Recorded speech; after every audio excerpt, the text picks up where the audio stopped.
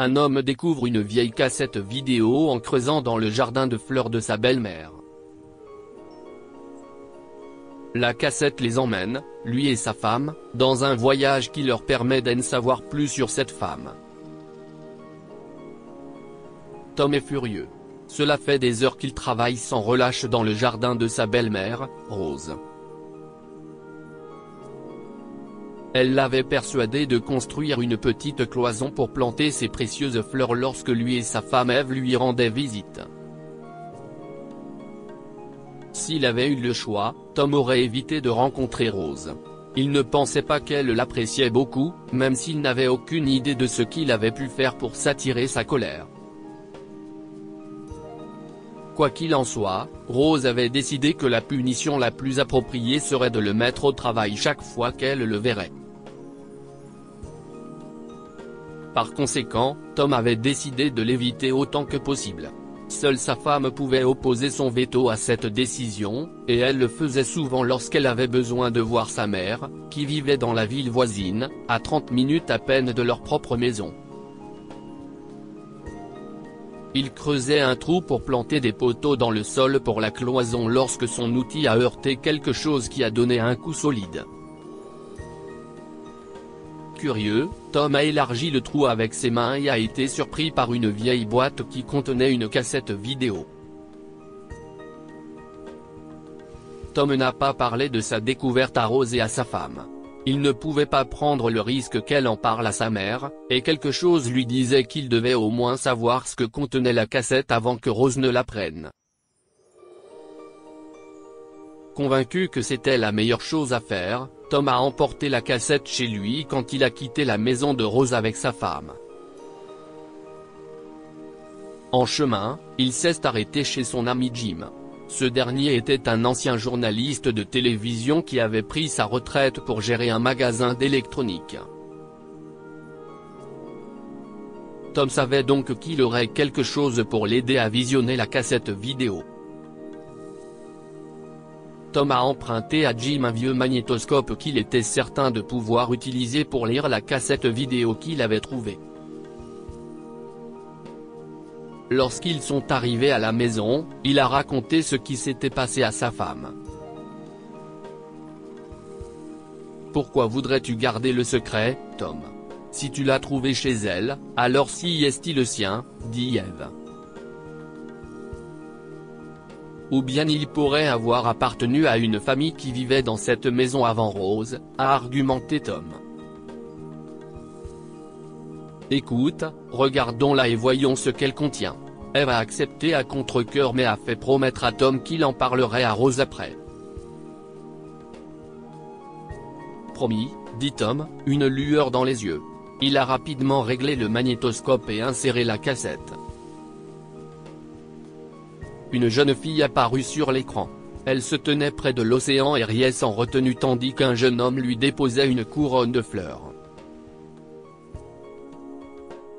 La cassette montrait qu'il était à Hawaï, et Eve a immédiatement reconnu la jeune femme comme étant sa mère.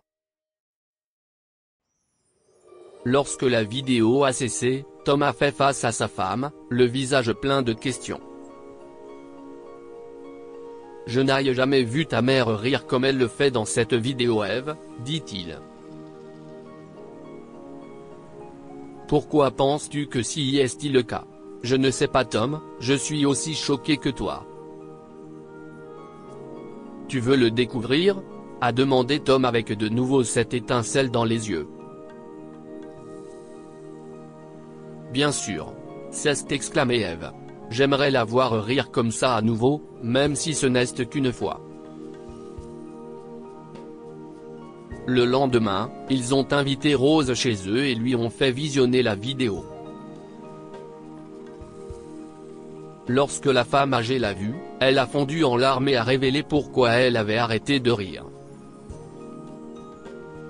Il s'avère qu'elle était amoureuse d'un homme nommé Pete, qui a donné sa vie pour sauver la sienne. « Comment cela est-il arrivé ?» lui a demandé Tom. « Eh bien, si est-il une longue histoire mais je vais la raccourcir, car nous n'avons pas toute la vie, » a-t-elle répondu. « Pete était l'amour de ma vie. Un homme courageux et fringant avec un cœur si grand qu'il me faisait parfois peur. Nous nous sommes rencontrés à l'université et sommes restés amis pendant des années avant de passer à l'étape suivante de notre relation. Lorsque nous nous sommes mariés, nous avons déménagé dans notre maison, où je vis toujours.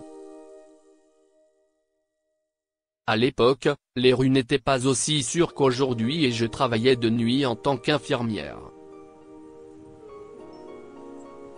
Pete n'aimait pas cela, car il pensait que je me surmenais, mais il m'a soutenu de toutes les manières possibles. Il venait souvent me chercher en voiture tous les soirs, mais un jour, la voiture est tombée en panne et nous avons dû prendre le bus. Lorsque nous sommes descendus à l'arrêt de bus, nous avons remarqué une bande d'hommes ivres qui s'en prenaient à une femme.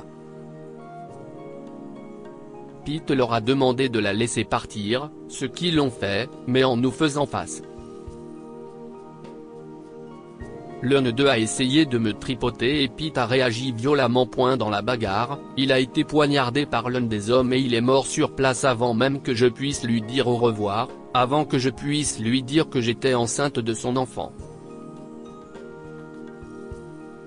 La cassette vidéo est la seule chose qui me reste de lui, car j'ai perdu le bébé 2 mois plus tard à la suite d'une fausse couche causée par le stress et le chagrin.